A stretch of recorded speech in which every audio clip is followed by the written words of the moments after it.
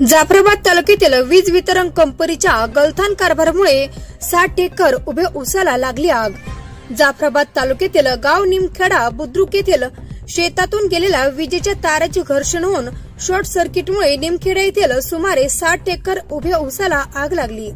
यामुळे पूर्ण ऊस जळून भस्मसात झाला असून सुमारे 3500 टन ऊसाचे क्षेत्र जळून खाक झाले। अंदाजे या शेतकऱ्याचे असून 1,50,00,000 नुकसान झाले।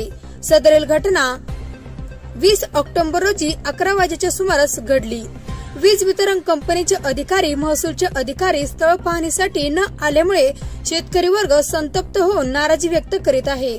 यावेळेस शिवसेना तालुका प्रमुख दत्ता पाटील बंगाळे, युवसेना तालुका प्रमुख बालाजी पाटील पवार, तालुका उपप्रमुख प्रदीप शिवाजीराव जाधव, ज्येष्ठ कार्यकर्ते कृष्णा पाटील चव्हाण, शिवसेना शेतकरी संघटना तालुका प्रमुख श्री सुभाष पाटील भोपळे, गजानन पाटील भोपळे, युवासेना तालुका उपप्रमुख उमेश पाटील गायकवाड, युवासेना तालुका शहर प्रमुख राजूभाई रामाने, युवासेना तालुका जाफराबाद योगीराज प्रदीप जाधव, शिवसेना दलित आघाडी तालुका प्रमुख यशवंत गोफणे, तालुका प्रमुख प्रदीप जाधव यांची उपस्थिती होती।